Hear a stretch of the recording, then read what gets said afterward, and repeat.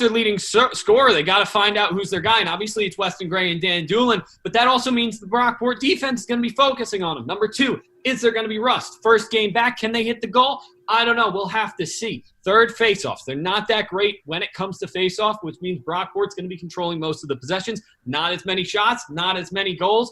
Finally, the Lakers in general have struggled to score against the They're going to need Eagles. to score over 10 Granted, goals that to 11, win. Defenses are going to be lax. We're going to have to see. They've struggled to do it in the past. It's a punt. Guys, let's take a time out here and think about this. Are they going to be running and gunning, or are they going to take a guided meditation tour? I'm going with the running and gunning. Yeah, Aaron gets the point.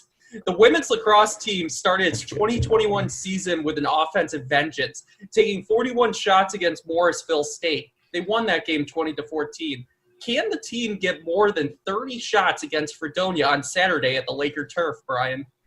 I don't think so. And it's not because I don't think this team's going to win. I think there is a much better team than Fredonia. But I don't quite think so, because I think you take a look at this, and they really dominated that game against Morrisville State. And yes, I think Oswego is better than Fredonia. But, I think Fredonia is definitely a better team than Morrisville State. So in a game against a better Fredonia Blue Devils team, I don't think they're going to get there. Granted, we talked about it. Fredonia lost 23-3 to this Lakers team the last time they faced, but they have definitely improved. They went 2-1 in their shortened season last year, so they're obviously getting better. This is a Fredonia team that averages giving up less than 30 shots per game. They averaged that last year. They gave up less than 30 shots in their season opener. I just don't think it's going to happen. One other thing, because Oswego's been struggling in goal in that opener, I think they slow the pace down. I think they try to control the possession a little bit more. Time for me to get in here, Brian. I always let you have your time. I just want you to notice that. I just always let you have your time. So I think it's easily going to be over. A lot of times the Crush are going to need over 30 shots in a game to get the win. It's about what they averaged over a year ago. Plus, here's the real reason. In their last 2 matchups against Fredonia, they've outscored them 42-5. In order to get to goals of that magnitude, you're going to need a lot of shots. That's about 20. That's about 20 goals per game in each of them. Plus, they've won their last 4 against Fredonia as well. I think that once again they're going to be dominant, and I think they're going to get over 30 shots. 42-5. That is a hard number to look past that. So I think they easily get over. Improved. How do you know? You haven't been watching Fredonia's women's lacrosse. Guys, let's think about this here. 30 is a magic number for them, an over-under. Against teams that are worse than them, they get over 30. This week's win goes to Aaron Valentino. Yeah, thank you. Oh, my God. I was going to say. All right. Fair enough. Well, that's all the time we have on Laker Connections this week. Thank you for watching. Be sure to tune in Saturday, 1 p.m., as we have our first live sports game in over a year here on WTOP 10 with that women's lacrosse game against Fredonia at 1. But for now, for Aaron Valentino, Brandon Ladd, and our entire crew here at Laker Connections, I'm Brian Rudman. Thank you for watching, and have a great night.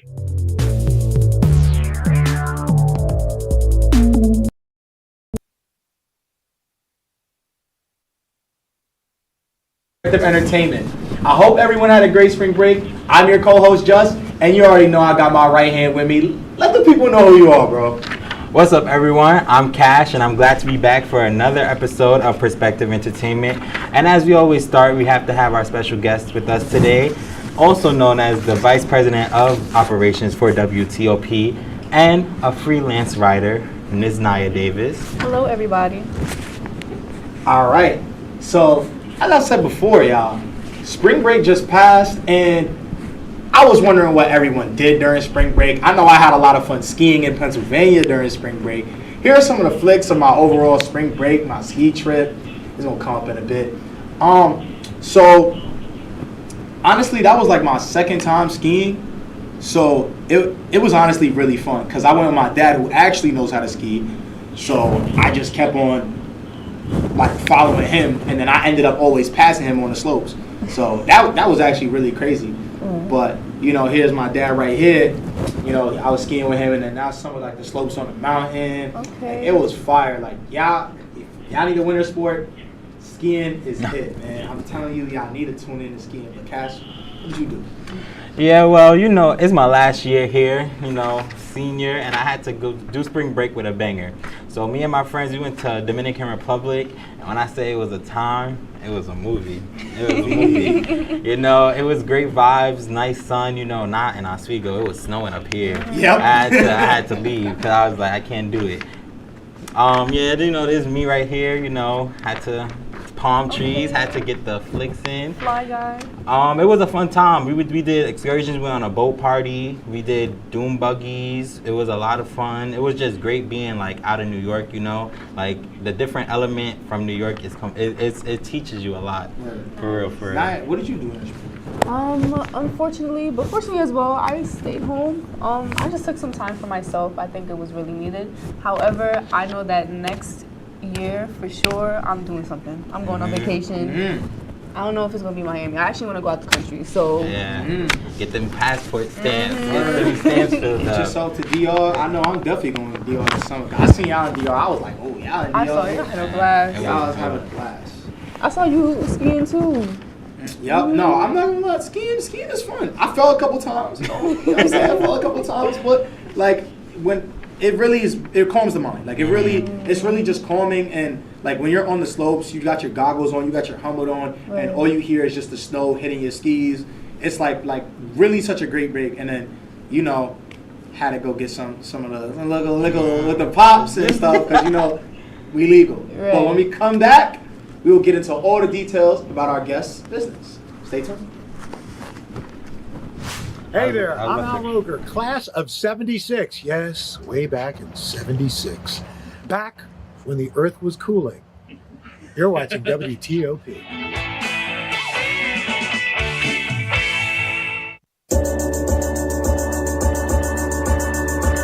The Kinda Late Show with Chloe and Anna.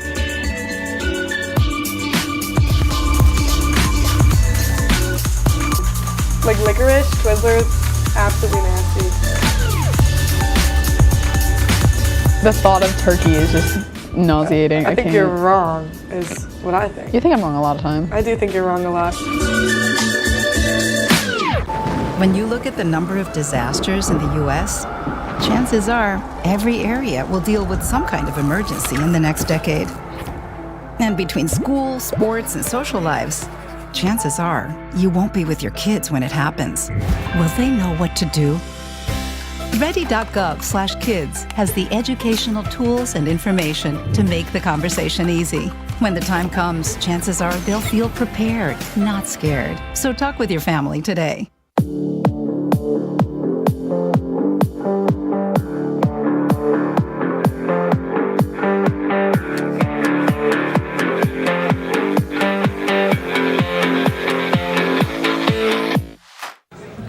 Put the keys down, Kevin. But I'm gonna drive home. There are several warning signs present that you shouldn't be driving. I guess I have really been looking for love in this dating app. Yep, I'm definitely gonna call a ride home.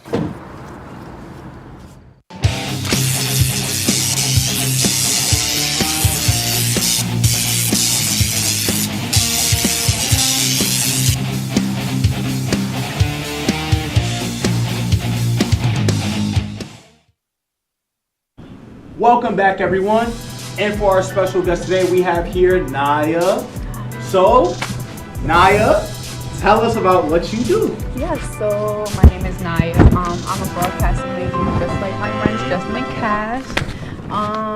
And basically what I do is I'm a freelance writer, and I do poetry on the side as well. Okay. And what made you want to get into the freelance writing world? So after like dabbling into many different things, you know, I too was like an anchor for WTOP. And then I learned about, you know, what it is to be like in the news sector of the things and things of that nature. I realized like I didn't know if that's like really what I wanted to do. So over the summer last year, I reached out to like a few, I would say small magazines. And I knew it had to be something that I can relate to. So, you know, I can relate to being a black woman, part of a black community, something that I feel a safe space, and I know due to my experiences who I can write about. So I had reached out to this magazine called Black Girls Fight Club, and they offered me the opportunity to write for them for their summer issue.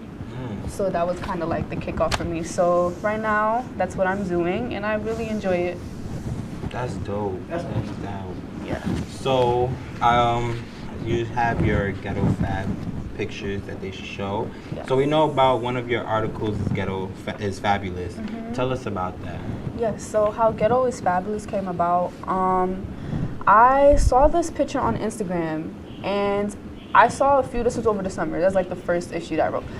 Or first article that I wrote. So I had seen this picture on Instagram, and it was basically like some girls. They were dressed up in like, you know, some crop tops, big hoop earrings, the voluptuous hair. It was very nice, and I was just very intrigued. And I was like, you know, a lot of the time society deems that as ghetto, and we kind of sort of turn it around and make it our own.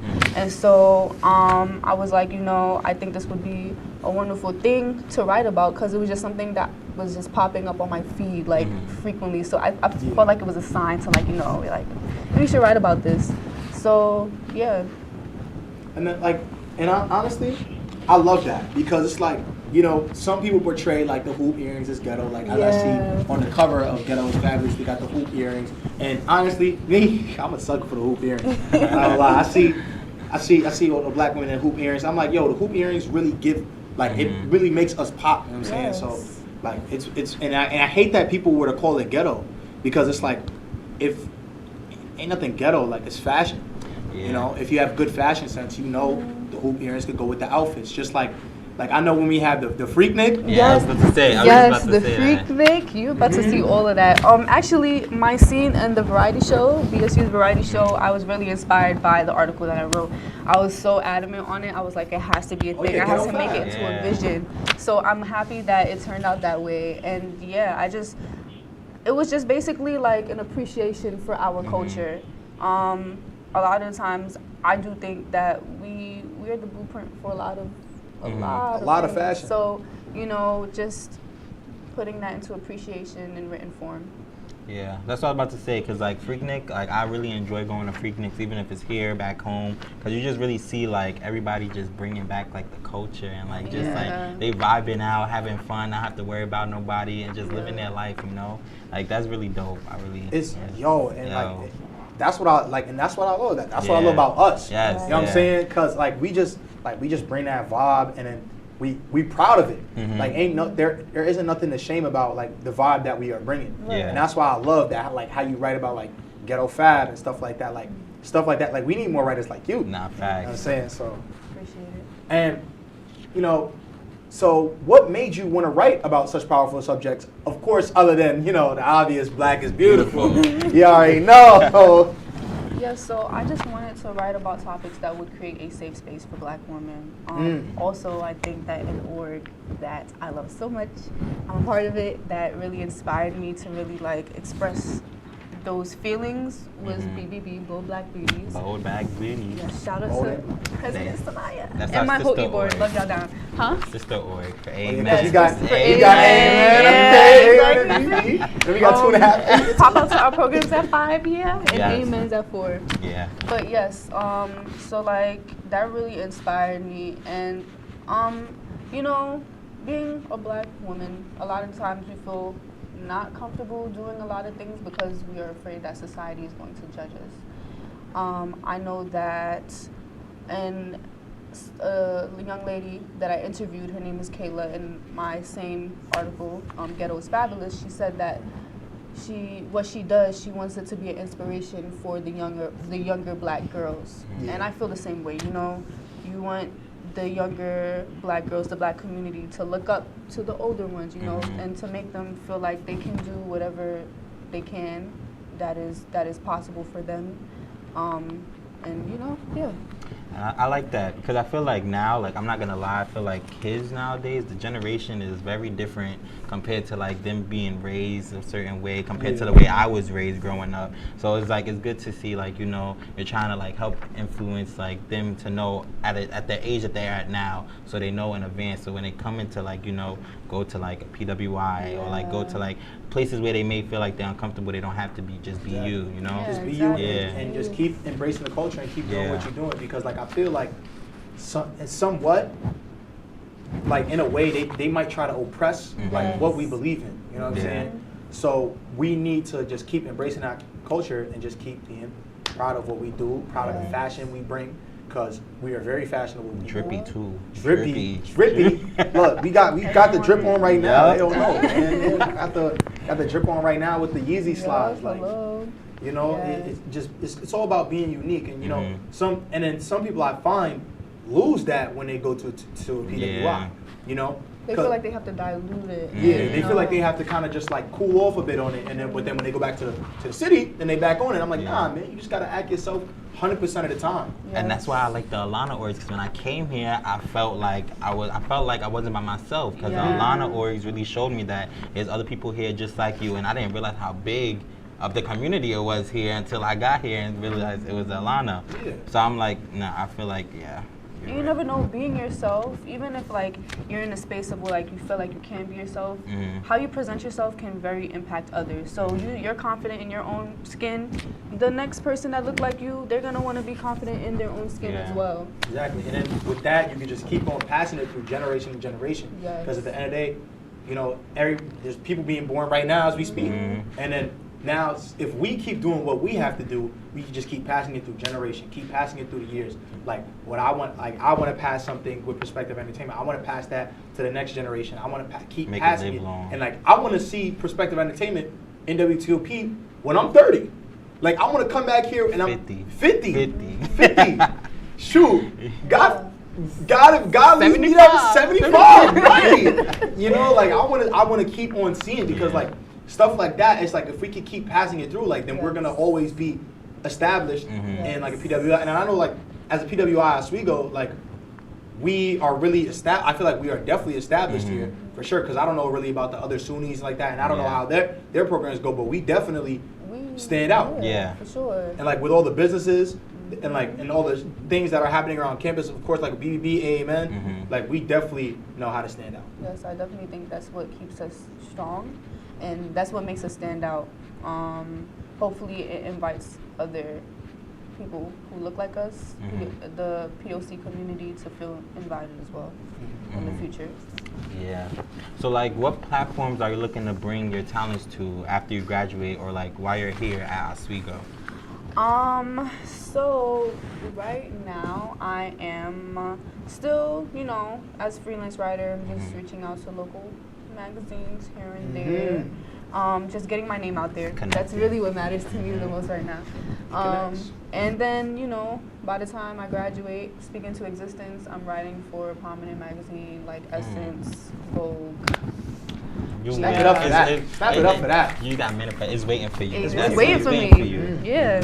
So that's really it. But what do you guys want to do? Because I know, although we're broadcasting majors, we want to do different things. So I'm interested in knowing. Well, I know I told y'all, like, I'm not into like the news aspect of broadcasting. I'm more like into like the media and like entertainment, and like that's why I do this. You know, like I like being like the entertaining people and showing them like you could still do like all like the broadcasting and all like the hands-on camera work, and it doesn't have to be news. Like I felt like I came here and it was just all about news, and that's what kind of like stretch my knowledge of like I don't want to just be. I really wanted to be a PR major, but I'm like no, I'm good that I learned the hands-on equipment, so like I have that experience, but I want to get into like, you know, the entertainment, the black entertainment, the real like just doing something that I'm enjoying. I know about it already, because you know, like I know about social media and how the way it works, so I feel like that's what I'm gonna do. And then once I graduate, I'll get back into my YouTube and just be like consistent now that I don't have to worry about like, you know, school as like the backup, because I finished school. So I'm just like getting into like the social media field. That's what I want to do. Okay. How about you? So I've thought about this a lot actually because it's changed over the years. But usually, like, so when I first came here, of course, I wanted to get into like everything like news and maybe sport. Not really sports because I'm a sports person, but I'd much rather just like watch it from the sidelines, and just cheer for my New York Knicks, baby. 5th seed, we in the playoffs, but that's a different story. So really, I wanted to just like get my foot in everything. But then like as I found out in my freshman year, I did entertainment news for WTOP. And I was like, I really much rather talk about entertainment that's happening around the world. Just like, like even when Shade Room advertising stuff like, that's happening within the black community, like stuff like that. So it's just like, I'd really much want to have my own show, like outside of Oswego, that I could talk about the things that we talk about, with other people. And then I always wanted to have my own late night talk show. Like that's like the goal, the real goal. But for right now, even after, it could be a production position for like any big news media company, like NBC, ABC, CBS, any of them, like just to get my foot in the door to start off. So after I get my foot in the door, then like we'll see how it takes you, because I plan on starting a podcast after like I graduate for spring 2023. After I graduate, I want to start this podcast, but stuff needs money. So once I get the money for it, I'm gonna start that up, and then like I'm gonna go on YouTube, I'm gonna go on Twitch, all the streaming services, and just keep consistently getting my name out there, so like we can have something set. Because really, the podcast, what I want on it is kind of like to have all my brothers and my sisters just like we come on my podcast and we just talk about whatever, and it's just great vibes. We could be entertainment, it could be like stuff we're talking about right now, different stories, and just to talk about it. And I realized people would really like that. And because people like things, people like different personalities talking about different things. So it's just like, if I could bring that and I could do it right, it would be perfect. And people love things that they can relate to. Exactly. Sure. So that's good. I feel like podcasters I like too, because you don't gotta be in front of the camera. Like like sometimes I feel like I was a really shy kid. Like I started getting out like my comfort zone like high school. So like if I didn't know about like all of this, I feel like me getting to a podcast would be like a good step, because you could just talk and be yourself and nobody really has to see you. They just hearing what you're saying. Exactly. So it's like I feel like podcast is a good way to like start off if you feel like you may be nervous in front of the camera, but you want to get into that field.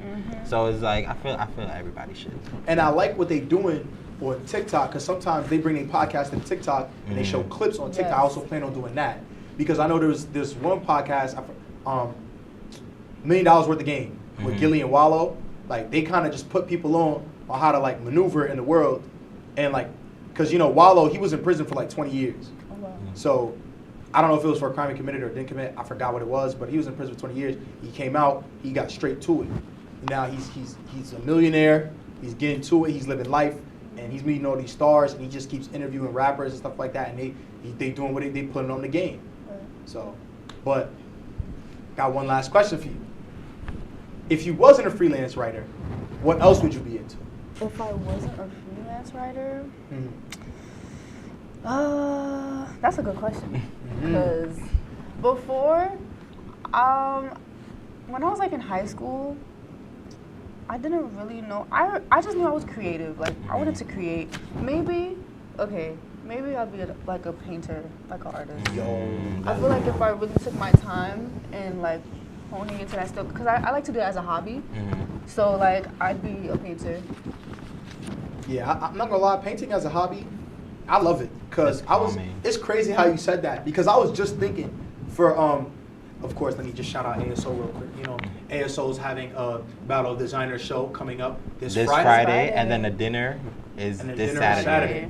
But, I was going to paint, because, last year, I don't know if you remember, Cash, that I painted a tote bag. Yes, I do remember. And it was like a Naruto tote bag that I had, and I wore it with the fit. I was going to paint a second tote bag. Well, you painted that bag? Yeah, I painted that. You did? Oh, that's fire. I didn't even know you painted it. And then my parents always said like, oh, you've always had a knack for painting and stuff like that. Like, why don't you ever paint more? You're a creative person. And I'm like, sometimes I just don't even have the time. Because that's why it's like, after I graduate, I'm gonna get into all that. Like, it's just like my time is consumed right now with a lot of other things. But I love painting too. Like, I would be like if I was really deep into that field, I would want to. It's very therapeutic. Very therapeutic. Yeah, I just like the details of painting. This is focusing on little things, and just perfecting it. But painting is very ambiguous, so it's kind of like you can just do whatever with it. And sometimes I be thinking I have like ugly paintings, and then the person that I show it to, they're like, it's so good. Yeah. But yeah. Well, thank you, Naya. We really appreciate learning about your craft and showcasing what you do. When we come back, we'll be taking a deeper look into events that are coming up for the end of this semester, so stay tuned. I like that. I like that.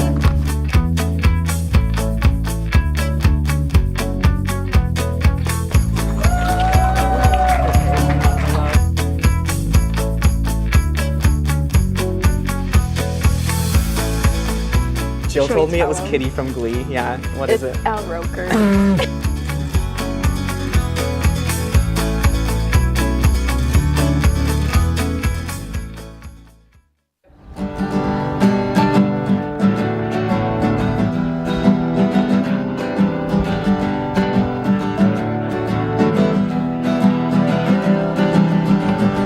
We're here for you, we're here for you. This is your channel too.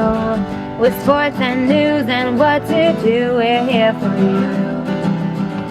It's your TV, you're watching WTOP.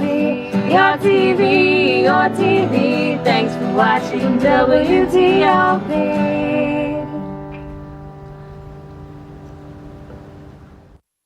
What's going on? Yeah, we go on at like 11:30. It's like No. What do you mean no? It's 10:30. 10:30? Yeah, it's 10:30. What do you mean it's 10:30? Hey, don't touch that. That's my ladder. Hey, man. Whoa. You know this book was already discounted 10%? Wow. Wow. Get a close up with that one. Matthew, news. Look at that. Can we go back inside? I want to sleep in the studio again.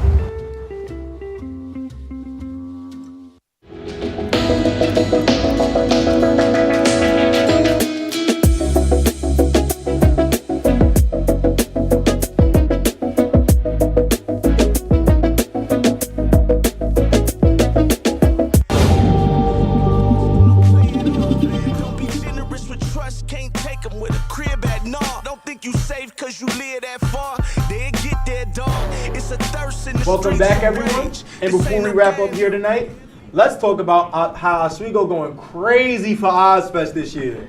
Yeah, Juz. Great way to end our year with, and party with the very own Party Next Door. You know how we get.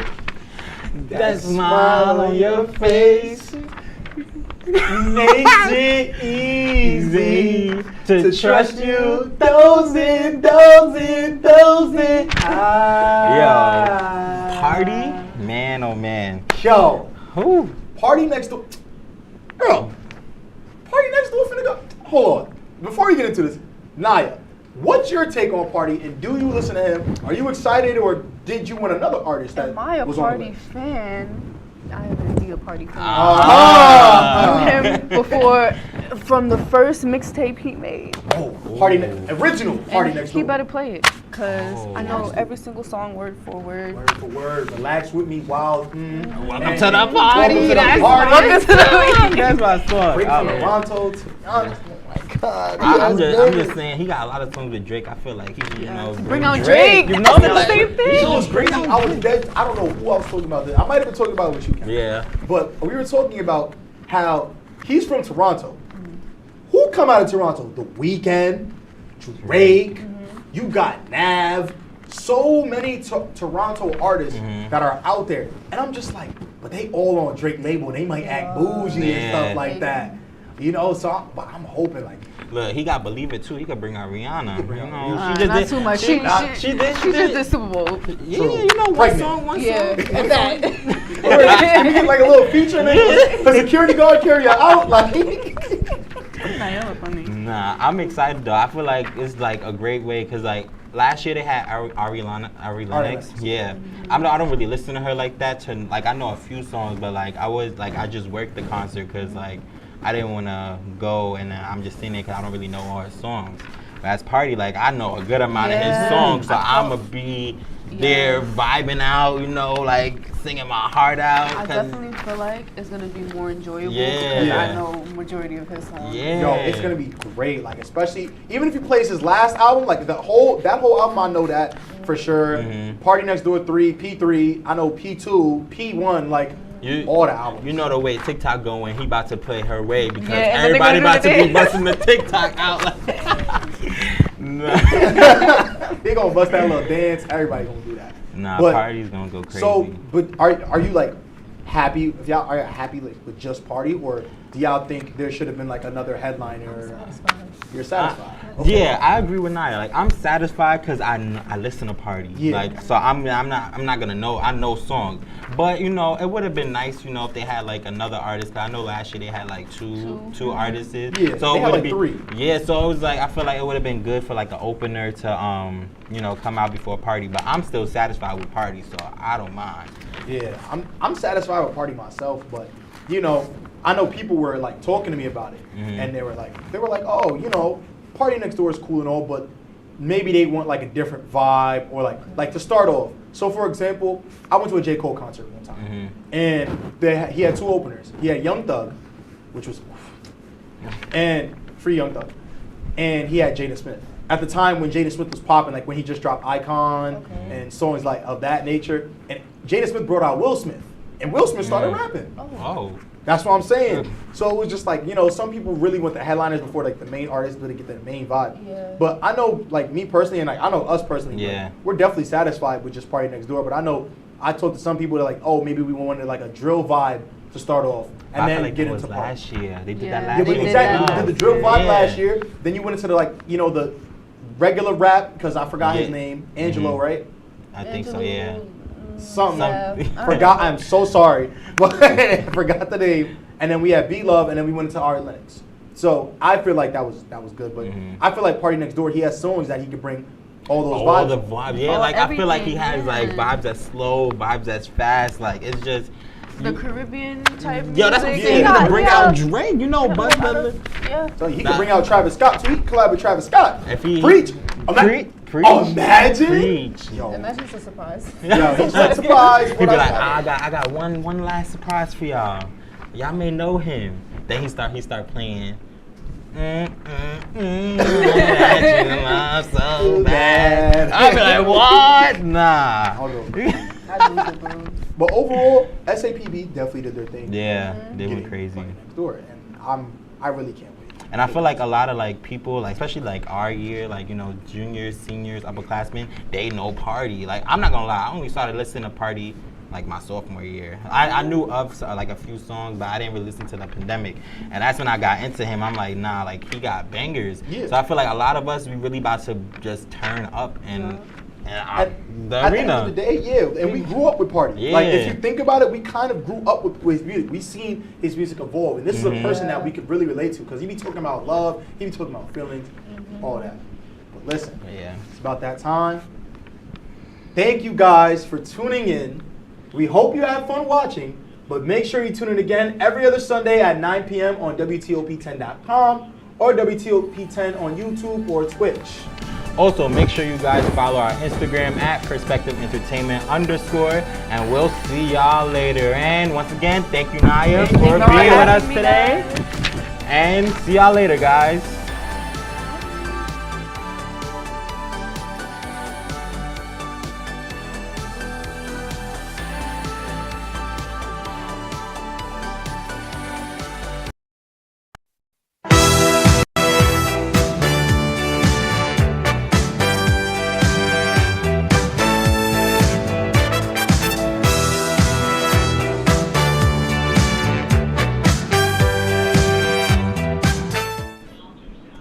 Hello everyone, welcome to our show, International Journey. Here we share the amazing journeys of international students graduating this semester. Tonight we have a special as 2 guests join us live from the studio. So without further ado, let's welcome our first guest, Noah. Hi Noah. Hi, my name's Noah, but most of the professor recognize me as Po-Yu. And I'm a senior student from major in political science. And I'm from Taiwan. for those people who doesn't know where Taiwan is a small island right next to China, and we're really famous for semiconductor and mobile tea. Yeah. And fun fact, 61% of the semiconductor is export from Taiwan. Wow, I did not know that at all. I know I love boba tea and everything, but I didn't know about the semiconductor. Very interesting. Well, thank you for sharing. So I know you study here at SUNY Oswego like I do. Why did you choose to study at Oswego though? Right, so before I came here, I studied in Japan, and then during the second year, sophomore year, and COVID happened, and then the situation in all Asian countries is really severe. They locked down the whole street, and then they don't allow people to go out. So it was a really hard time, even taking online class. Like, I don't really feel like going to the class. Just open the laptop, and then like I don't really feel that connection. So I saw on like the school website, SUNY Oswego have exchange program, so I just applied it. Very nice. Okay, and then why did you choose to stay here at Oswego? Because you've been here now for a couple of years. Right, so I first came here as an exchange student for only one semester. But after one semester, I started to like learn more things, to like understand the different culture and the classroom, like how professor interact with the student, and I started liking it. So at the second year, I decided to just transfer here and then finish my degree in SUNY Oswego. Nice. And what are you doing at SUNY Oswego that you love right now? Right now, well, I attend several classes that I'm really interested in. Like, for example, last semester there's a class, Vote Oswego, and then the objective is to raise the voting rate on campus. So in order to do that, we have to came up with several campaign and tabling on campus to raise the political awareness. Right. Yeah, for students. Awesome. That sounds like a really cool time. Did you enjoy that class? I did. I really enjoyed it. Awesome. All right. So can you tell us a little bit more about other clubs that you might have joined here at SUNY Oswego? Is there any other things you wanted to touch on there? Well, I didn't really join any club, but back in Japan, I used to join my friends' kind of club, but they have, it's a little bit more for profit. Oh, okay. Yeah, so they were making music and they were producing their own clothing brand. Yeah, so but it was back in Japan. Yeah, okay. Right. Did you want to talk about that a little bit? Anything to name drop? Right, yeah, for sure. So back in ICLA, my name Fuku, he is making music. Like, he's a legit music producer. Like, you know, he dropped music for those famous music artists. Yeah, and then another friend, Thomas, he's doing clothing design right now, and he recently opened a really big shop in Tokyo. Yeah, shout out to Thomas. And then another of my friend, he went back to Italy to pursue his his acting career. Wow. Yeah. That's really cool. Have you ever thought of doing something like that? Well, yeah, but then it's the thing that I wanted to do is kind of limited by my age, so gotcha. I wanted to be an entrepreneur and do all that. And what do you want to do with your political science major? So, well, first, the reason I choose political science, because if you're political science, you don't have to do math, because I'm really terrible at math. Yeah, so I didn't choose like economic or anything. I choose politics. Well, at first, I wasn't really interested in politics, but then second year, third year, started to recognize more, like, because I studied in Japan and I was born in Taiwan, so I started to recognize like the political kind of dilemma. And then I came to US and I started to learn the politics in the US. So yeah, there's like a lot of different things. And it brings you full circle back to your Vote Oswego campaign that you were doing. That's really cool. So let's actually take a look at what Noah has been up to while here at SUNY Oswego.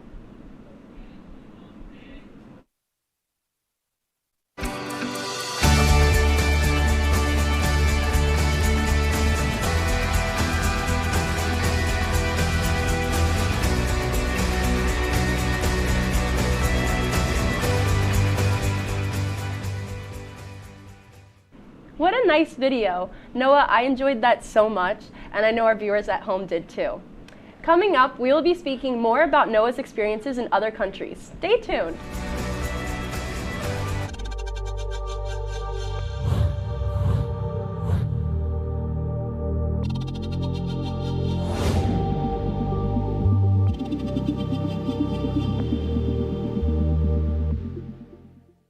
Say, President Stanley, whenever there's bad weather, who would you turn to? I'd turn to Storm Team 10. No, but you've got to say it like this. Storm Team 10. Say it with me. Storm Team 10.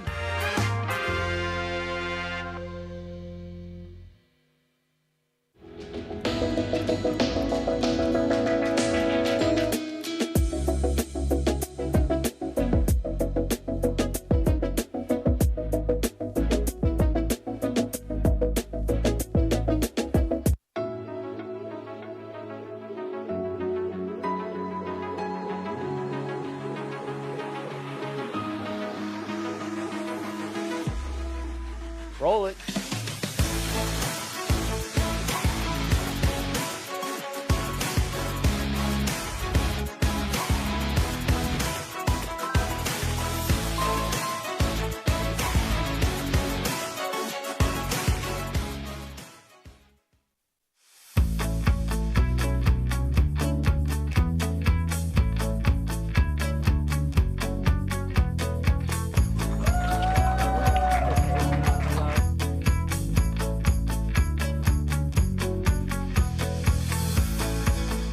Jill told me it was Kitty from Glee. Yeah, what is it? It's Al Roker.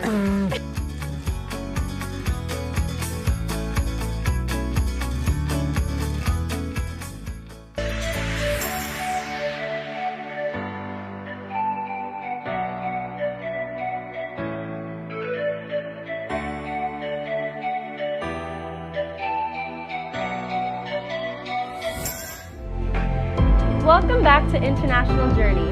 Right next to me is Noah, an international student from Taiwan.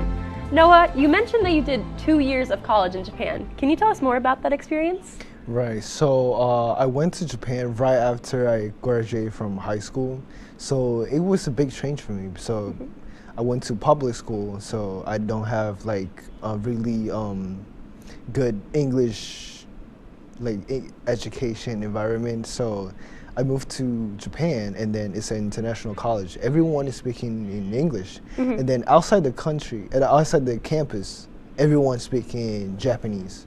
So it was like a really, like a language barrier for me.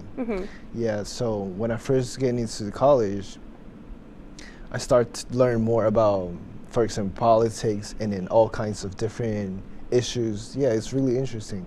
And the most interesting thing is you're learning it from a Japanese perspective. And then when you come to US, you're learning things from like American ways.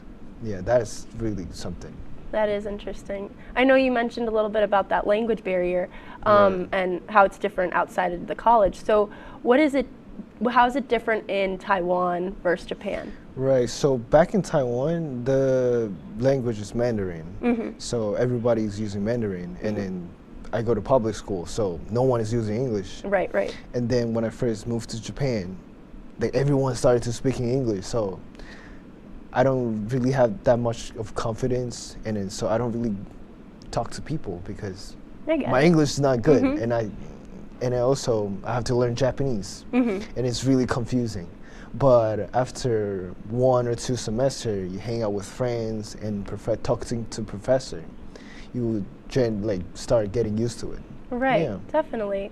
And how has it been with being here with communicating with other students? Have you talked to any maybe Japanese students or other Taiwanese students at all? Right, so when I first got here, I got to know. I am the only one Taiwanese student here. Oh, I didn't know that. That's really cool. And then the last semester, I was waiting for other Taiwanese students, but they never came. No, but then this semester, there are 3 more. So I feel really, connected to them, because it's been 3 semesters I've been speaking my own language. I really want to like speak in Mandarin. Yeah. Yeah. So yeah, it was really nice to meet them.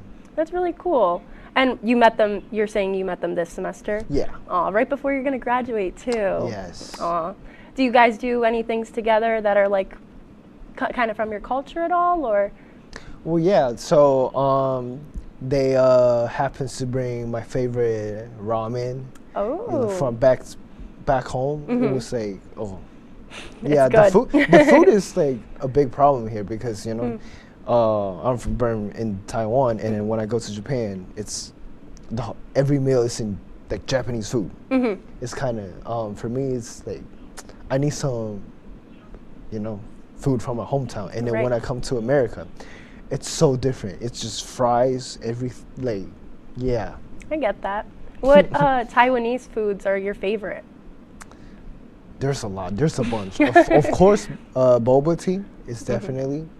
And then we have, there's so much. Let me think. Yeah. Like pork, and we, the fried chicken. Like the way the fried chicken is way different. Like the style in Taiwan, in Japan, in America. Yeah, they have like all kind of different How styles. is it different? I have no idea. I'm very interested. Right. So, well, I would say it's the taste-wise. And then there's like a lot of, before you actually fry the chicken, there's a lot of process you have to work. Ooh, yeah. It's more like the prepare work is different. Ooh, okay. That sounds good. I had an addiction to boba tea. Like in high school, I would not stop drinking it. It was my favorite drink ever. Like, did you ever have that addiction to it at one point, like a lot of other people do too? Yes, for sure. Because it's so sweet. And in Taiwan, we have like a whole street. Like next to my middle school, there's a whole street of boba tea. Like they have different, it's just named differently. And then they just different brand, but same things. So you just, Got it. So you kind of did like taste tests at every one, and you were like, this one's my favorite. Yeah, and then when I went to Japan, they kind of combined boba tea with their culture. So they made their own boba tea.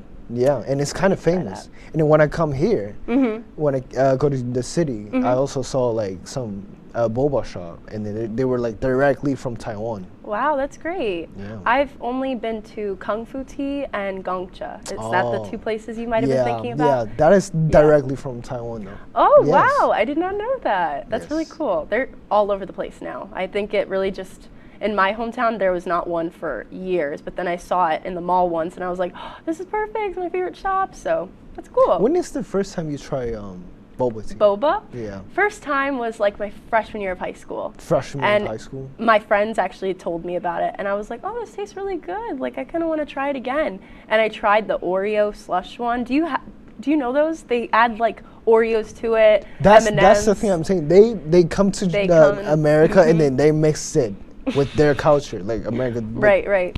I don't know if it's legit, but if they liked it. Yeah, I've had the taro tea though. That one is really good. The purple drink. Oh. Have you had that one? I drink like a lot of them. Oh, okay. Yeah, back in Taiwan. But then the price-wise here, it's a little bit expensive. $5-6 for a medium large. I'm like, oh my gosh, my pockets are hurting. Yeah. Yeah, no, I totally get that. Yeah, so all of that was very interesting. But moving on to how America is, what do you like about America compared to maybe Japan or Taiwan? So I think come to America is one of the bigger reason I started learning my English because I started learning English when I first discovered an app called YouTube. That was like when I was 12. I was really young, and then I found a website. They have all kinds of video, and then there was this rap video on YouTube, and I just accidentally clicked it. And the music, is kind of brainwashing, and I started liking hip hop culture. And then, that's why I started learning English. That's really cool.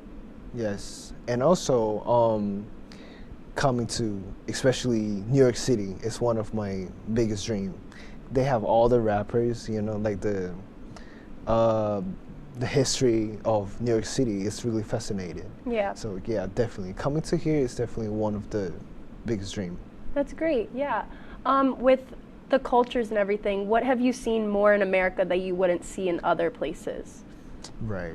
Or haven't seen in other places, should I say? Yeah. Well, this can be, of course, like the building is different, the road and everything. It's just like a movie, like, because I was born and raised in Taiwan, so everything is a little bit different. But then what I feel the most is when you're talking to people, like their reaction and then the way they talk. It's a lot different when you're talking to people, for example, from Taiwan and Japan, because like I would say people from Asian country, they are more conservative. Yeah, so there are like certain reaction, you know, when you're talking to other people, they expect you to act this way. Yeah, but coming to America is definitely like a challenge for me, because I stay here right now. This is my 3rd semester. So yeah, I really have to adapt the culture and everything here. Right, okay. Wow, so that's a lot that you have to compare and everything. Like there's a lot of different information from different countries that you kind of apply when you come to America. I love that. That's really fascinating. So can you tell us a highlight from all of your college journey, since you have a lot to talk about there? Right. So I would say during my first year and second year in Japan, like I learned how can you overcome the language barrier and be more open-minded to others, because like 90% of our students are exchange students. They're from over the world. So you really have to have that kind of open-minded, because they have different religion, the behavior, so you have to really, yeah. And then when I got to America, especially this class, WTOP Oswego, I have to engage conversation with random people. Yeah, that's the thing that I learned. And then also promote the political awareness to campus. Yeah. Yeah, that's a lot to learn from and take away, and you really had to put yourself out there, and I don't think you were doing that before, so I think that's really interesting. What's been your biggest takeaway from Oswego itself? Biggest takeaway from Oswego? Well, I mean, studying here is really an honor for education, academic, and mostly, the interaction between student and professor. It's more like professor for me doesn't feel like, you know, he's on top of me. He's more like a friend you can talk to. Yeah, so whenever you have problem, you have like concern about your homework, you can always talk to them. Yeah, because like back in Japan, thing doesn't really work like that. Yeah. What is it? How is that actually different? Right. So if you want to talk to the professor, that you have to go through the appointment, and then they won't really teach you how to do the things step by step. They kind of just tell you, oh, this is the material you need, and then you need to figure it out. Yeah. I've heard that from other international students that education in America is a lot different than in other countries, like a little more, I would say, like more helpful to like hands-on, or I've heard maybe more one-on-one confrontations with your professors or with students. So I think that's really interesting that you also added to what I've heard before. It's really cool. Yeah. With being from Taiwan and studying in Japan, do you like America's education better? What's your take on that? Well, I would say personally, I prefer American teaching style, because the class engage and you can have all kinds of like activity. Right. Because previous semester I took WTOP Oswego, and I also took another PR class. It's called event planning. So we really have to go outside and then try to connect ourselves to the real world. Try to throw a campaign like tabling, how to sort things. But these are the things that you cannot really experience back in Japan, because like the classroom system the schedule is kind of different. Yeah, that makes sense. Yeah. Oh, well, Noah, it has really been great getting to know you and your journey, and I appreciate you being here so much. But before you go, is there anything you want to say to the viewers watching at home? Yes, I would like to shout out to my parents, sponsor me 4-year tuition, and a shout out to Haley and ISA give me this chance to interview me, and shout out to Julie, a wonderful interviewer. Thank you so much. I appreciate you, Noah. Thank you. Well, thank you again for being a part of this show. It was great talking with you, but we do have more for you. We have another very special guest with us who will be sharing his journey after this short break. Stay tuned for more International Journey.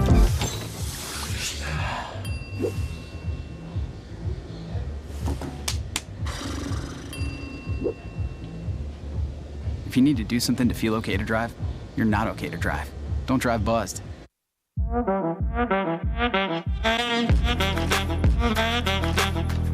Shine on that boy. Look at the bling. Look at do we got a diamond tester on?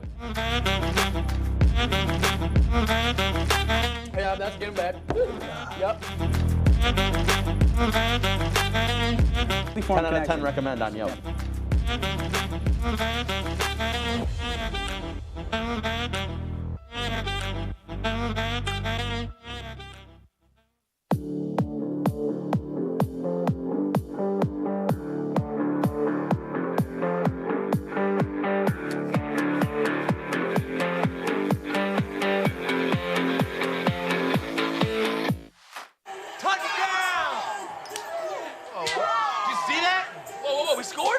We're going to the playoffs. I can't believe I missed that.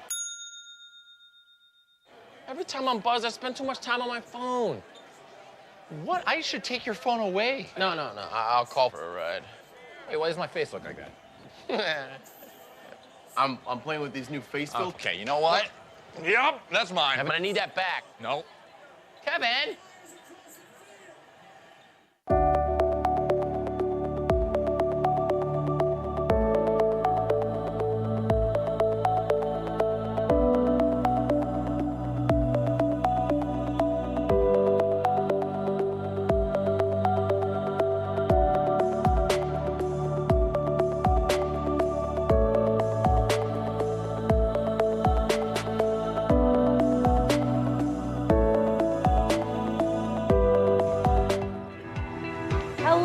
Welcome back to International Journey. Our second guest joining us today is Umang Patel. Today, we have Umang. Can you please introduce yourself, Umang? Hi, everyone. I'm Umang. I'm from Tanzania. My major is software engineering, and I'm a graduating senior. Awesome. Oh, so you're from Tanzania. What do you love about your country? So, first of all, before we go there, I was born and brought up in Tanzania. Although my parents were from India, they migrated to Tanzania looking for job opportunities. And talking about Tanzania is, geographically, it's in one of the East African countries next to the Indian Ocean. If you have watched the Lion King movie, you can resemble to that. It's a house to Kilimanjaro mountain and Serengeti. So in the movie where we see the mountain and the flat plains, so that's where we can relate to it. And also the name Simba, it's also like the Swahili word for lions. And Serengeti is also a house to 3,000 lions. Very nice.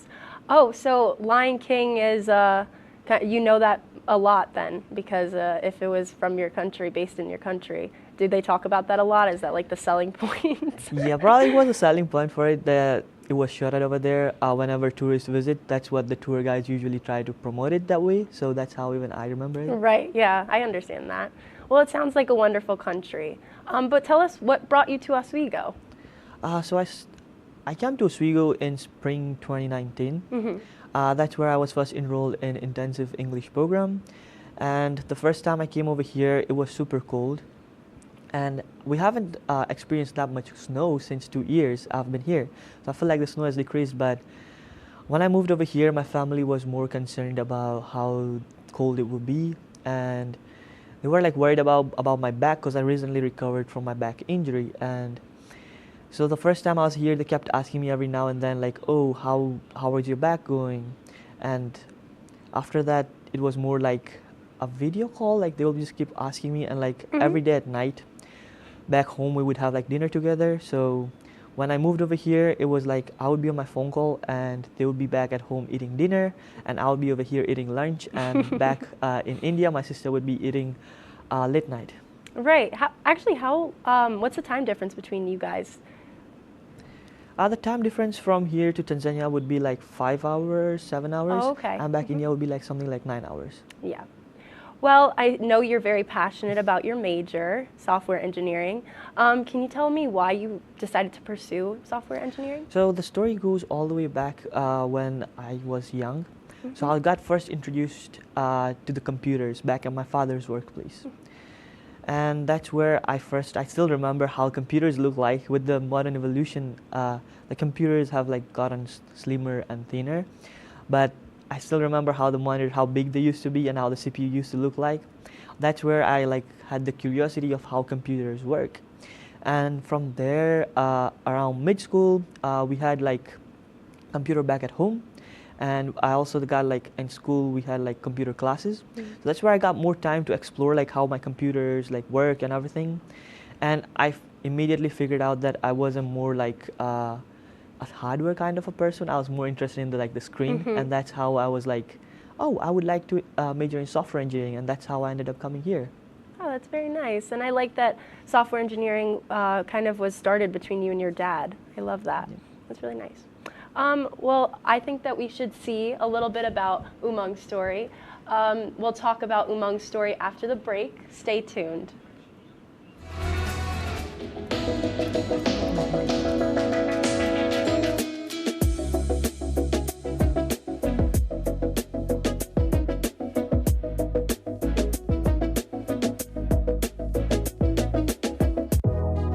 Welcome back to Major Discussions.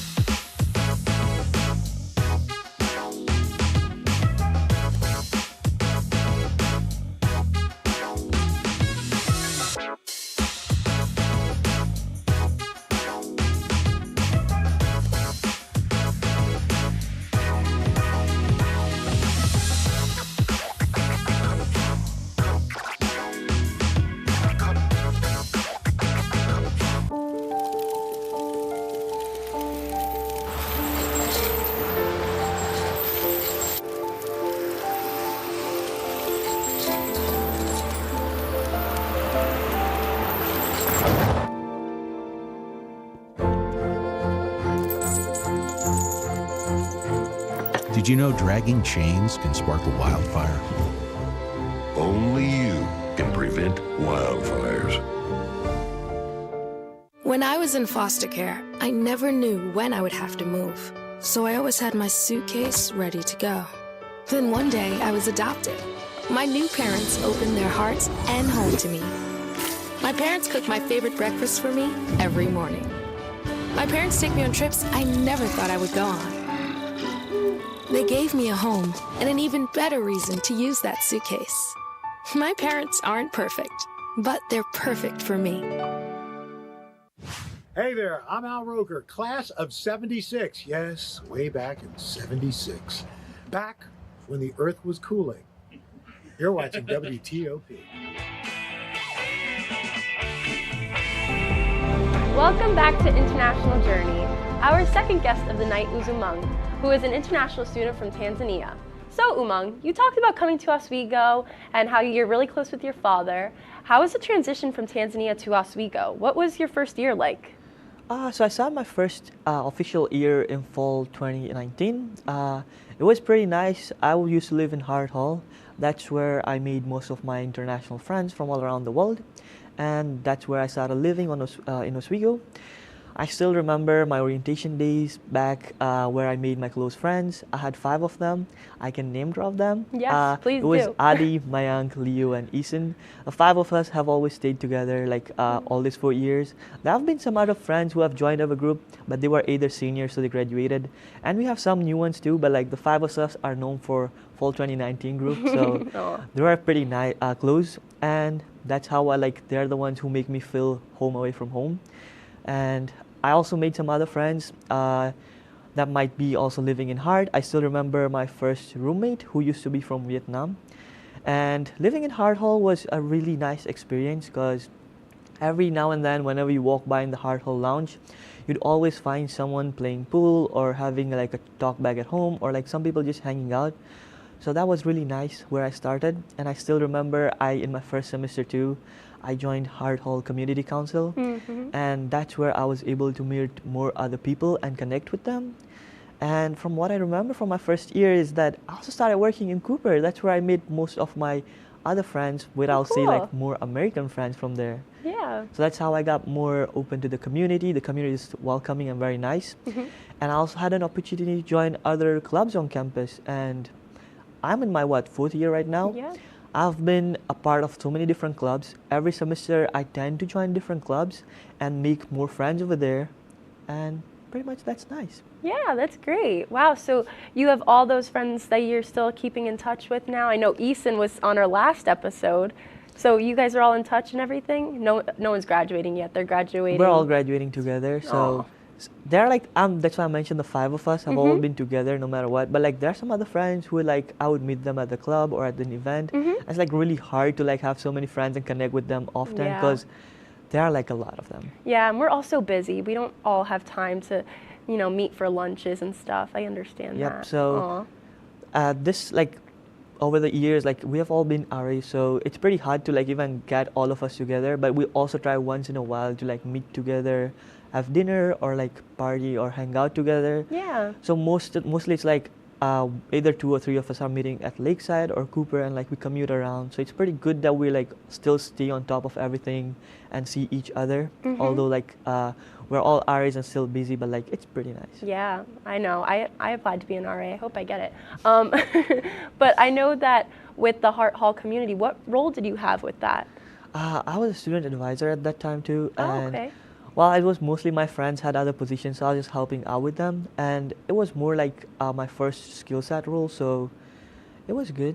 Yeah. I learned a lot from it though. Yeah, and where did you live then your second year? In my second year, it was more like a COVID year, so I was off campus. Yep. Where were you off campus? I was at my sister's place in New Jersey. And with online classes, you were taking them? The classes were online for the whole year, so that year when we were supposed to go back, like the campus just shut off, so I decided to go back to Jersey to my sister's place, and the whole year after that, classes were online, so I was pretty much back in Jersey. Yeah, can you actually talk a little bit more about your experience as an international student during the COVID times? Like, how was that for you? It was, at first, I heard about it at December, like how the outbreak happened, but then like we were like, it will pretty much get contained. Like I didn't expect it to be that big the way it was, because it really much damaged everybody's life. As an international student, at first it was most of them were like wondering like where to go, because going back home was also like contagious. Like if you get on a flight, they also had problems with that. So some of my friends flew back home and they had to stay back home for a year. I had an opportunity to go to my sister's place because she was close by to me, so I just went to her place. And it was more like not seeing them, it was more like meeting them online over the phone call. It wasn't like you having in touch with them, like seeing them around. It was a little bit hard, but we all got over it, so it's pretty nice. Yeah, and it's nice that you were able to stay with your sister. I'm sure your parents were happy about that. Yeah. They were happy about it. Yeah. We're in New Jersey, though. She's in Iselin, New Jersey. Where is that? Iselin, near Woodbridge. Oh, okay. Yep. I am close to New Jersey where I live, so I was curious about that. Where are you from? I'm from New City, New York, so downstate. It's I guess 45 to an hour from the city. I know people when they hear the city, they're like, "Oh yeah, I know there," but like I'm not there. I'm like up a little bit, but I can't say I'm upstate because people don't like that. It's downstate. But yeah, so I know you talked a lot about your friends. You seem to have a lot of fun with them and everything. So if you want to share some memories with them? Oh yeah, sure. So pretty much if we would have a busy week, at the first we weren't that busy, so we would usually go to the lake, have a sunset view. After that, mostly on the weekends, we would be in the library hitting the books, sometimes have a study session or breaks at Lake Effect Cafe. So we would always like also hang out in each other's room. As I said, we would always go to have dinner at one another's dining, the closest dining hall to them. Other than that, we would be like in the rooms or in the playing pool table in the lounge, because we all love to play pool table. That's one of the hobbies that we all come close together for. And it's pool. Yeah, I like pool too. Yep. We'd have like an hour or 2 hour long sessions just playing pool. So that's how like some of them didn't know how to play, and I was able to teach them. I wasn't super good at it, but like I found my way to be better. So I tried to teach some of them, and now we're all really good. So it's a really good competition whenever we That's play. fun. Yeah, when everybody knows how to play, you can have a good game going and just enjoy that. Do you like some board games with them or anything like that? Yeah, we play board games. We hang out pretty much late at night in each other's room. Not just that, we also like each other's company, so we're just hanging out, just having some chit chats. If not that, we would be like partying somewhere in someone's room, going out on bar crawl. Yeah, the town has a lot of different things to do, so I'm sure you find something there. The parks too, that you can go to. Have you ever been to Brightbeck Park? Yeah, we have been there. Yeah, cool. Yep. Nice. Well, that's awesome. So Umang has a video for us, and he's very excited to share. Let's take a look at Umang's memories in Oswego.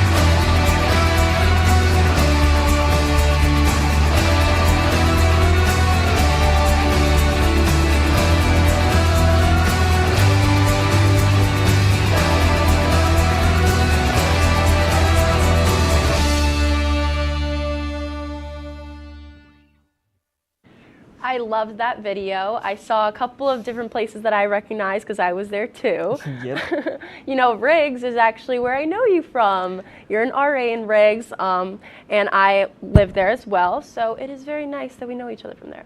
But anyways, can you tell us a little bit about being an RA? So I got an opportunity to become an RA right after we came back from COVID. I had given my interviews earlier, and I had gotten appointed in Riggs, so that was really nice. Being an RA over here was like pretty challenging for me at first because I just got thrown into a leadership position, which was nice for my own personal growth. I was able to have a growing community over there. I used to work with my RAs, which showed my team leadership skills. I had a great supervisor. They used to give me a super nice feedback of what I need to change, of what I need to set my growth in. Every year, like we would have like we had different supervisors, so I learned everything different from them. That was pretty nice with all of them. And after about a year ago from today, I joined admissions. It was taking a step out of my comfort zone. I started becoming a tour guide, and that's where I tried to make my communication skills go smooth in. And I got promoted later up after a semester, and now I'm on my phone call duties. And I'm still working in admissions, which is pretty nice. And I've not just worked as RA or just in admissions. I've also worked in dining halls. I've worked in Cooper and Lakeside. All of these departments have different like growth skills which you can grow in. They're all very nice for your interpersonal skills. I love that. That was so well said. And you know, I really think that you taking yourself out your comfort zone is the biggest thing. And I saw that with Noah when he was talking. So I love that you're doing that here. I feel like that's what college is really for. College experience is to grow and learn for yourself, right? Yep. So thank you for sharing that. We heard a lot about your outside activities, but what's something that's going on in your major? Like what projects are you doing with software engineering. So I'll talk about my major because I feel like I didn't talk about it at Yeah. all. So starting from my first year till now, my course is pretty much structured really nice, and at the beginning I didn't have that many programming skills, but now I can confidently say that I'm fluent in a lot of languages and learned a lot of languages throughout my time over here. And some of the projects I've worked on, I'll start with one which is pretty interesting. It was last semester.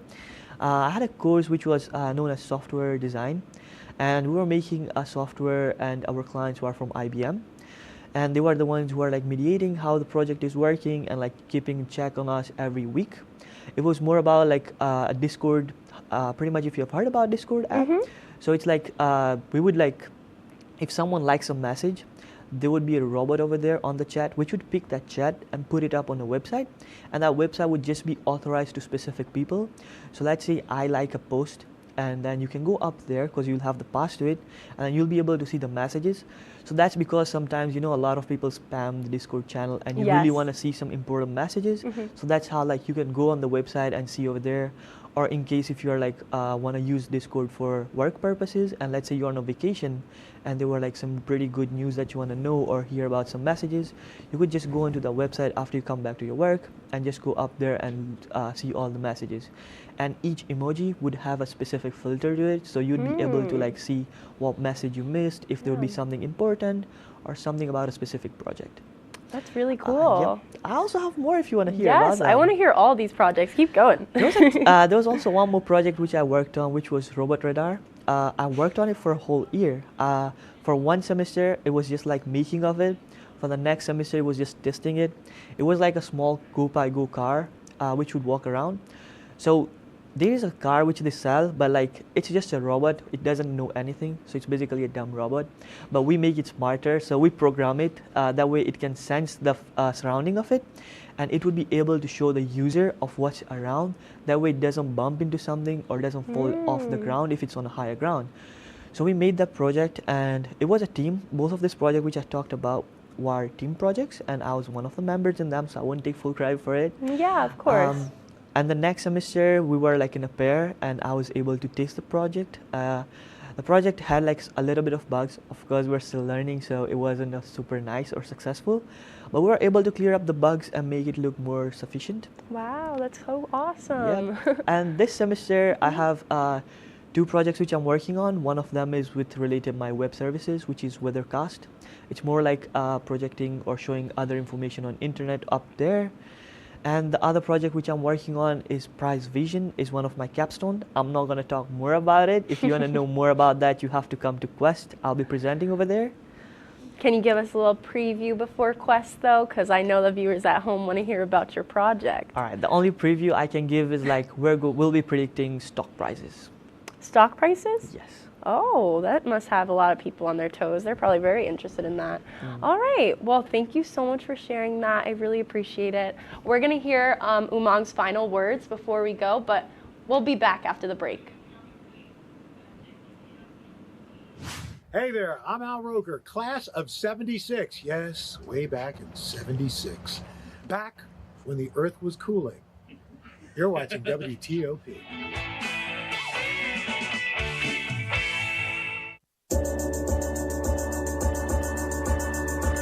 The Kinda Late Show with Chloe and Anna.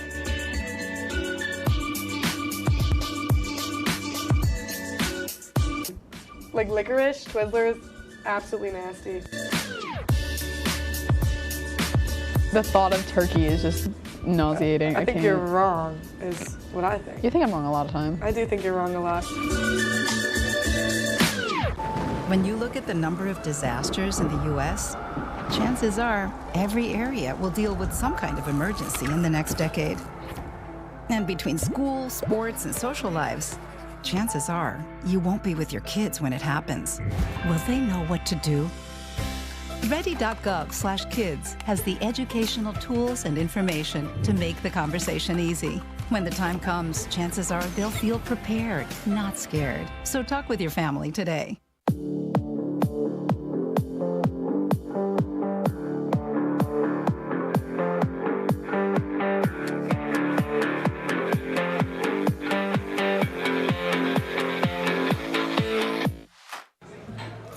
keys down, Kevin. But I'm gonna drive home. There are several warning signs present that you shouldn't be driving. I guess I have really been looking for love in this dating app. Yep, I'm definitely gonna call a ride home.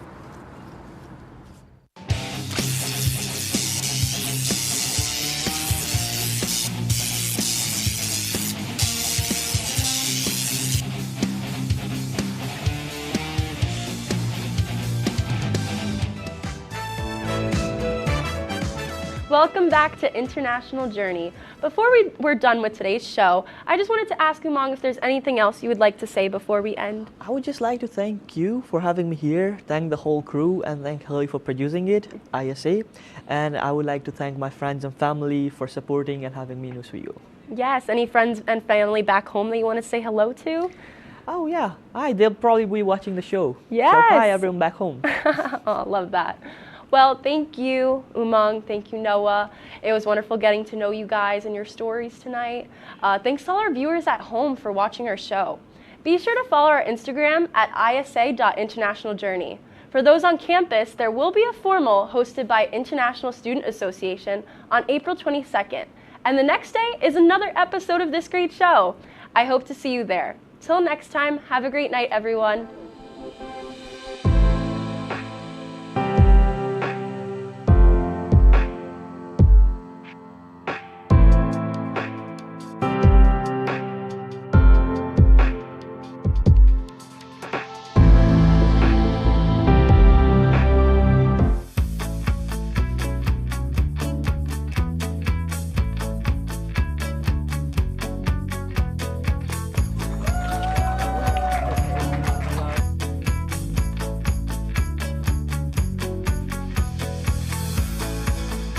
Jill told me it was Kitty from Glee. Yeah, what is it? Al Roker.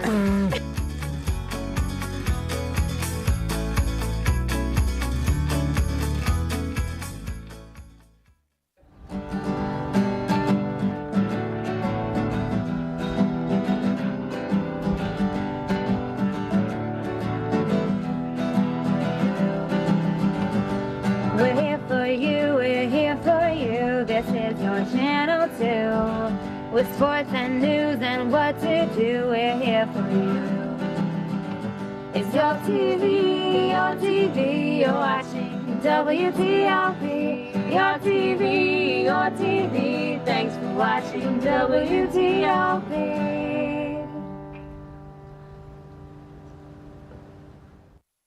What's going on? Yeah, dude, we go on at like 11:30. It's like No. What do you mean no? It's 10:30. 10:30? Yeah, it's 10:30. What do you mean it's 10:30? Hey, don't touch that. That's my ladder. Hey man. Whoa. You know this book was already discounted 10%? Wow. Get a close up of that one. Matthew, Broadcast news. look at that. Can we go back inside? I want to sleep in the studio again.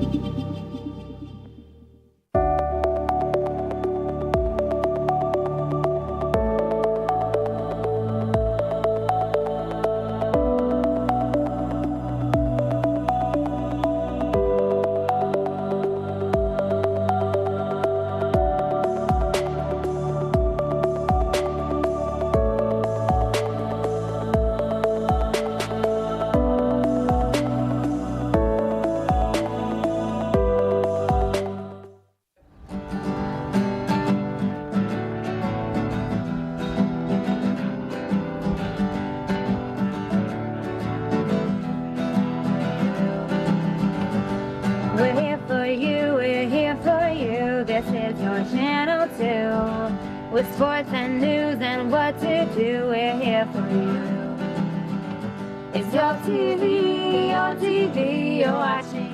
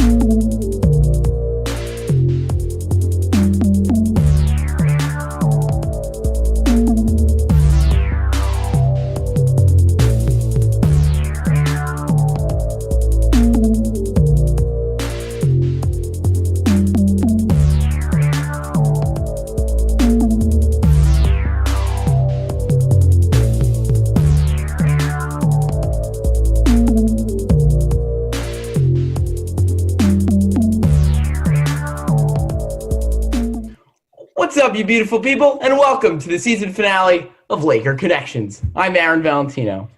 And I'm Brian Rudman. Let's get right into it, folks. We start the show with This Week in Laker Sports. Aaron and I will break down all of the matchups from the past week in Oswego State sports. Aaron, why don't you start us off down at the Laker Turf Stadium? Yeah, let's get it started with some men's lacrosse over here. This past week, the Lakers lost a pair of games to the Geneseo Knights by final scores of 19-8 and 20-4. They officially have been eliminated from playoff contention and are still looking for their first win of the season. Their final game is this Friday at Cortland at 4. Yeah, it's been a tough year, and it was a tough week. Two games against a really good Geneseo team that's going to the playoffs. There's really nothing you can say other than this team was outmatched. I will say this, though. Kevin O'Donnell had one of the best games we've seen him play in a long time in that Thursday game, their last home game. He really showed out at home. 25 saves, that was a season high. Just looking at what the team did, they got outshot 67-30, and Kevin O'Donnell faced 44 shots on goal. That's ridiculous. To put up 25 saves in a game like that, yeah, he gave up 19 goals, but he still played phenomenally, saved more than he let in. At the end of the day, it's not on him. The team just was outmatched in this one. The offense has been a struggle all year for the Lakers. And it was the case in this one. They got outscored 39-12, and when you do that, you're not going to win a lot of lacrosse games. It's going to stink for this team losing Kevin O'Donnell. He was obviously a master at his craft over the last couple of years. And overall, it really was the offense this year. They really couldn't get anything going, and that was the big worry. But moving on now to some women's lacrosse. Brian, why don't you take it away? Yeah, the Lakers tried to close out their season strong on Sunday against the Geneseo Knights, but they were unable to do so, falling 20-3. A rough day all around for the Lakers as they were held scoreless in the first half. Going into the break, down 13-0. The loss dropped Oswego record to 4-5 on the year and 3-4 in the SUNY. They will not be making the playoffs. Aaron, it was a rough day. What can the Lakers take away from the finale, though? Yeah, I think the one thing they can take away from this is Celia Wiley should continue to play midfield, should always play midfield, should never move from midfield. She was moved to attack in this game, I think, to try and get Shea McConnell a little bit more involved. I think everybody was kind of targeting Celia Wiley toward the end of the year. It didn't work. Celia ended up having her worst game of the season. Shea McConnell actually did end up getting a goal in this one, but Celia, she's more useful on the defensive end, and I think Britt Howard really realized in this one. She should be staying there for the rest of her time here at Oswego State. Yeah, she's also one of the better players for Oswego when it comes to the draw. She pretty much does everything for them. And she's also their leading scorer. So I get the point of, okay, listen, they're going to score. Geneseo's going to score. We need our best scorer, not running back and forth and maybe not being gassed. Didn't quite work out. They lost 20-3. Really nothing went their way. They allowed 7 free possession shots as well. That just can't happen. You're giving too many easy chances to a good team.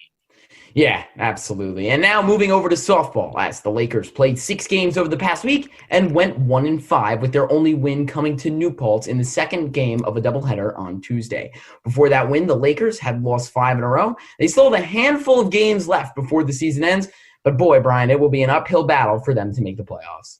Yeah, this week did not go the way they wanted it to. Obviously, when you go into a week, you're in a 3-way tie for that second spot in the playoffs. You go into an 0-4 weekend, and then you split a doubleheader against New Paltz. It just did not go the way that they wanted it to, not the way that they needed it to. They just got outplayed. They got held scoreless on Friday against Geneseo, and then, they were close. They left the tying runs on base, and then they got mercy ruled in Game 2 on Saturday. It was a rough weekend for the Lakers. Yeah, it was a rough week overall. They went up against 2 of the tougher teams in the SUNY. In Geneseo has some of the best pitching, not only in the SUNY, but I think in all of Division III.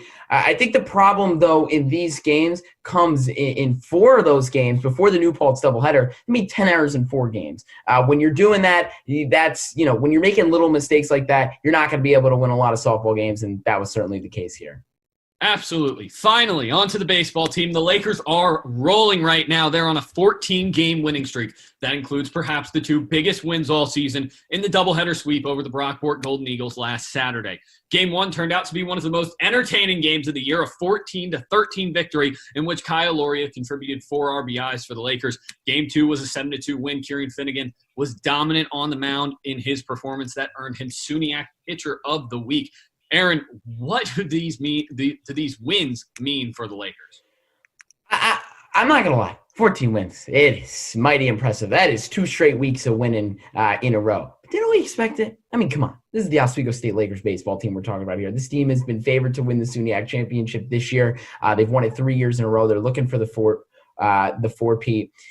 14 games is extremely hard to do no matter who you're playing. And the most impressive part about it is they're doing this all while playing double headers. They've played on 7 days. They've played 14 games, and they've won all 14. It's been incredible to watch this team roll, especially on the offensive side of the ball. Yeah, I mean, this offense is absolutely dominant, and they're like a freight train that won't stop at all. It's unbelievable. They just show up, like you said, and they take care of business, and they have fun doing it. You watch this team, they're enjoying themselves, and they're having fun playing baseball.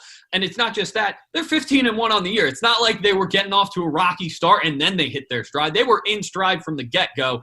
They've been doing a phenomenal job. Absolutely. All right, we're going to take a quick break, but when we come back, Brian and I will take a time machine into the future to see what's going on with the future of both lacrosse teams here at Oswego State. Don't go anywhere. You're watching Laker Connections on WTOP 10. A boy born in Joplin, Missouri was fascinated by anything with wheels and a motor. The odds of him winning both the Daytona 500 and the Brickyard 400 in the same year? 1 in 195 million. The odds of a child being diagnosed with autism? 1 in 68. I'm Jamie McMurray, and my niece has autism. Learn more at autismspeaks.org/signs. Looking for these? You drive buzzed. It could be one very expensive ride. First, you gotta make bail. Then pay me to get your car back. Your insurance premiums will go through the roof. And my legal fees just keep adding up. All told, it could end up costing you $10,000. Buzzed, busted, and broke. Because buzz driving is drunk driving.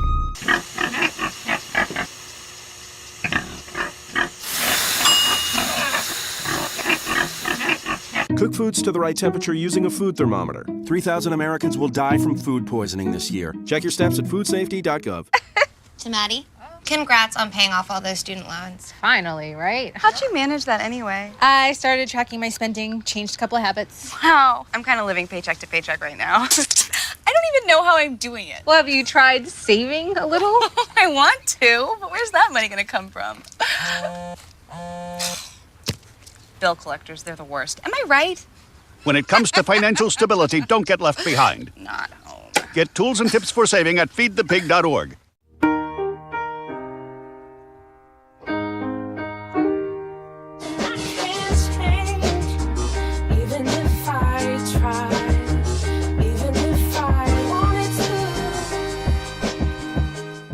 Welcome back to Laker Connections on WTOP 10. The spring season is wrapping up, so it's time for Aaron and I to take a look back at the season as a whole and to look to the future for some of these teams. Aaron, why don't you start us with the women's lacrosse team? Yeah, let's get right into it. The Oswego State women's lacrosse team went 4-5 on the year and 3-4 in SUNY play. Unfortunately, that was not enough to make the playoffs as they finished third in the SUNY West behind Brockport and Geneseo. However, you may need to get these girls some sunglasses because the future is so bright for this young team, and they may have a serious young budding star in midfielder Seela Wiley. Yeah, look, I think starting with this year, I think it was a decent season with a lot of bright spots. But I think at the very least, they solidified themselves as a middle-of-the-pack team that has a lot of potential to grow. Because you look at this team, with the structure it is in right now, there are 4 playoff teams. In a normal year, it's 6. This team would be in the playoffs if we were in a normal season. You know what I mean? They were solid. They went 3-0 versus teams they finished ahead of, and 0-4 against teams in the SUNY they finished behind. I think at the end of the day, you look at this team, they're solid. Middle of the pack, Seela Wiley established herself as a dominant force, won SUNYAC Athlete of the Week twice this year, led the team in goals, 6 in the conference in goals. This is a team that was pretty good with a lot of room to grow. Yeah, I mean, I completely agree. I think overall this season, to get back to it, for them, it was a combination of, they got put in the SUNYAC West. Geneseo is one of the best teams in the country. Brockport is, not as good as Geneseo, maybe not one of the best teams in the country, definitely one of the better teams in the SUNYAC. I'd be interested to see if they were in the East, how they would have done in that division. But overall, a solid season. I think it comes down to tough competition and bad defense. The defense never really got on a roll to start the season, which is really unfortunate for them. I think, you look at the recruiting guys, I think you need a backup goalie. I think you're also going to need a couple of defenders. But how about Sela Wiley? I mean, in her sophomore season, she was absolutely fantastic for the Lakers. How about Shea McConnell and Isabel Lembo, too? I know everybody likes to talk about Sela Wiley, and for good reason. She led the team in points. She led the team in goals. And as a midfielder, too, Wiley seemed to be everywhere all over the field. But Shea McConnell and Isabel Lembo played an extremely important role on this team, helping Wiley run the offense on the offensive side of the ball. Yeah, I mean, listen, I got to agree with you. And I think the biggest thing for me is that this team is only graduating 2 seniors, and one of them is Lindsey Roth, who only played a handful of games. So this team's really young. And like I said, they have a ton of potential, right? There's a high ceiling for what this team can be in 2 or 3 years. I'm really excited to see what they can do in a full season when we have a normal SUNYAC. All right, moving on to the men's lacrosse team. It wasn't quite the year Drew Bezek and his squad had hoped for as they head into their season finale against Cortland, still winless and eliminated from playoff contention. But despite the team's struggles, there have been some bright spots as senior goalie Kevin O'Donnell is 3rd in the SUNYAC with 98 saves. Yeah, let's talk about this year for a second. It's a really unfortunate season for the Lakers. And guess what? It's only going to get worse because Kevin O'Donnell, in my opinion, the best goalie in the SUNYAC, is moving on due to graduation. We were worried about how this team was going to score. That was their biggest struggle this year. We didn't really know where the goals were going to be coming from, and they didn't come. Weston Gray was the leading scorer on the team with 6 goals. That is going to be good to for him to come back. I'm really interested to see. They're definitely going to need to bring some offense onto this team, though. It'll be interesting to see what they do. And like I said, losing O'Donnell is going to be really tough for this team that had such a bad season. It's really going to be a tough pill to swallow. If they lose this game on Cortland on Friday, that'll be a winless season for them. So, yeah, we'll see where they go from here. They're losing 9 seniors. I don't really know what kind of foundation they have, but I feel confident that Bezek will be able to figure it out. Yeah, I think you hit it on the nail. I think they need a strong recruiting class going into this year. I will say this. Their top 3 scorers will be returning: Weston Gray, Lucas Sioch, and Ryan Dumont, all coming back. But obviously, the biggest issue is goalie, because right now we have no idea what we're getting there. O'Donnell, he's been such a solid piece for this Lakers squad. He's been phenomenal. You don't know what you're going to get. Is it going to be a freshman? Is it going to be a transfer? Is it going to be Jeff Kinyoun, who played in just 1 game this year? He was the backup, allowed 4 goals and saved 4 in that game on Saturday against Geneseo. We don't know what we're going to get out of him as he's just a freshman. Maybe he's the next big thing for the Lakers. We'll have to see, but obviously there are a lot of questions. They struggle to score, so they're going to need to pick up the offense, and obviously losing Kevin O'Donnell, it's a huge loss for this team. It's going to be a big problem. Coach Bezek's got his work cut out for him going into the next year. All right, we're going to take a break, folks, but don't go anywhere. When we come back, we head to the Diamond to take a look at the baseball and softball teams. You're watching Laker Connections on WTOP 10. Don't go anywhere. The inherent right to work is one of the elemental privileges of a free people. Endowed, as our nation is, with abundant physical resources, and inspired as it should be to make those resources and opportunities available for the enjoyment of all, we approach re-employment with the real hope of finding a better answer than we have now. Donate to Goodwill, where your donations help fund job placement and training for people in your community.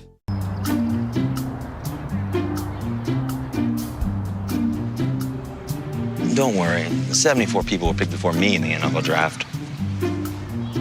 To fight childhood obesity, United Way and the NFL are helping kids play at least 60 minutes a day. Okay, time for the team obstacle course. Yay! What this place needs is more healthy kids. To get involved or donate, go to unitedway.org/play60. Now I get it.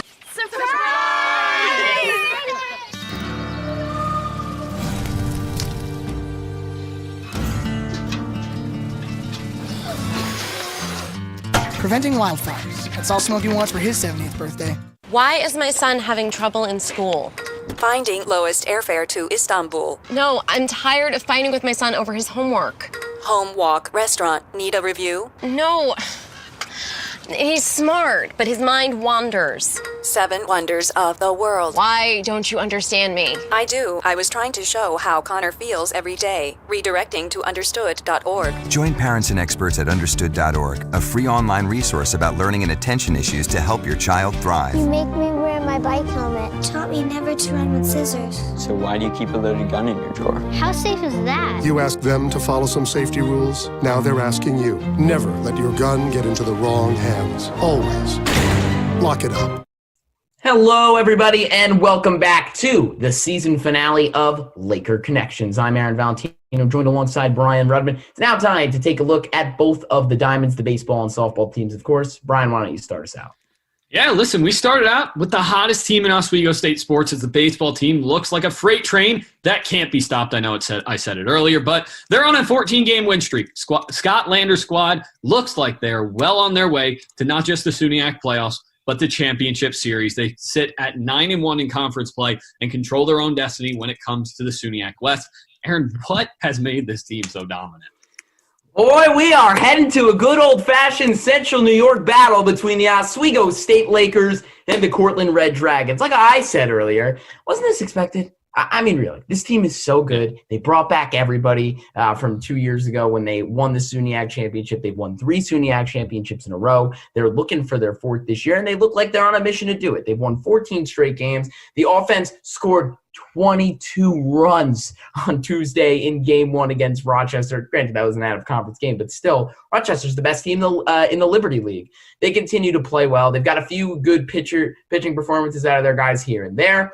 And overall, I mean, I just don't think that anybody is going to be able to stop them at this point. They play some of the bottom half of the SUNY teams coming up, St. John Fisher to end the season, and then it's playoff time. I really don't see anybody stopping them. They've looked so good this year. They've been as advertised and possibly even better. They've only lost 1 game this year. I mean, it really just overall has been a fantastic year for Scott Lander's squad.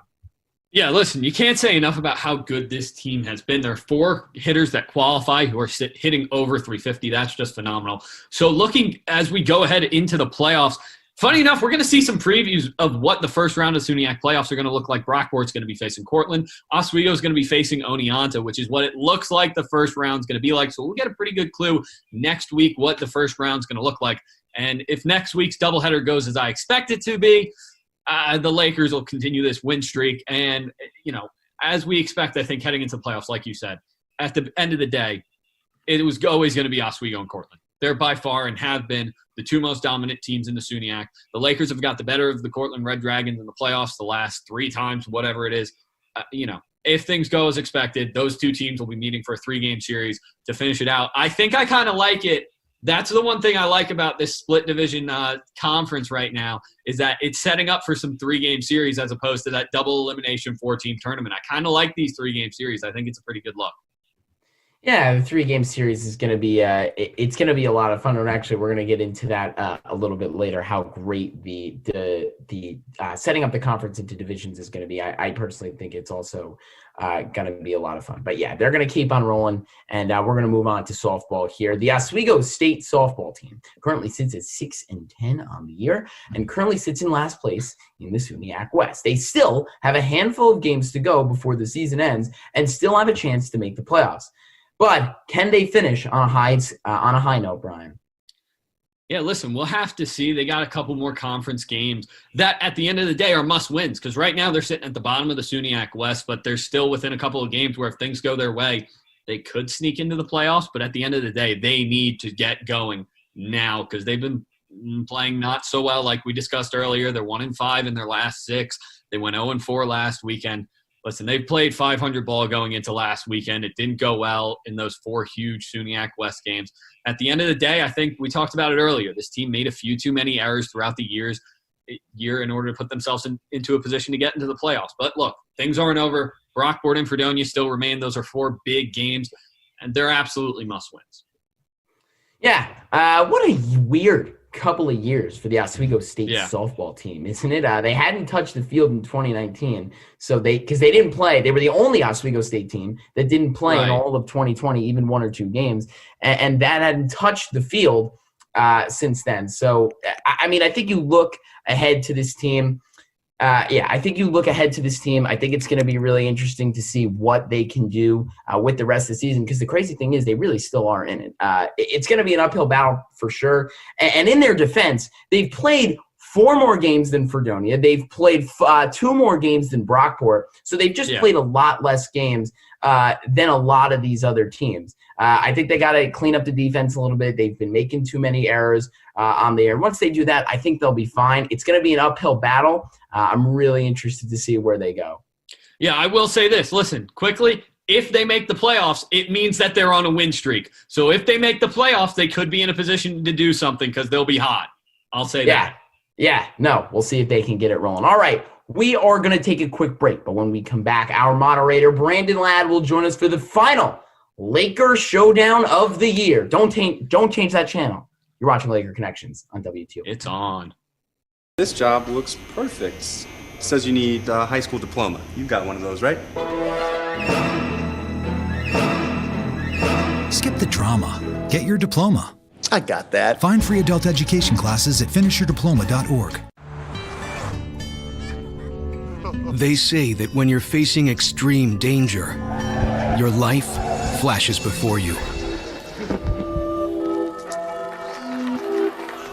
If you think that's sad, consider facing it before you even have enough life to flash before your eyes.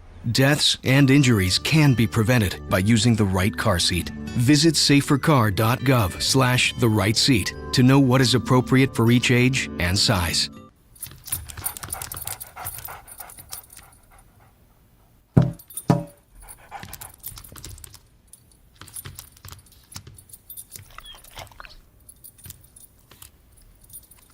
There's a shelter pet who wants to meet you.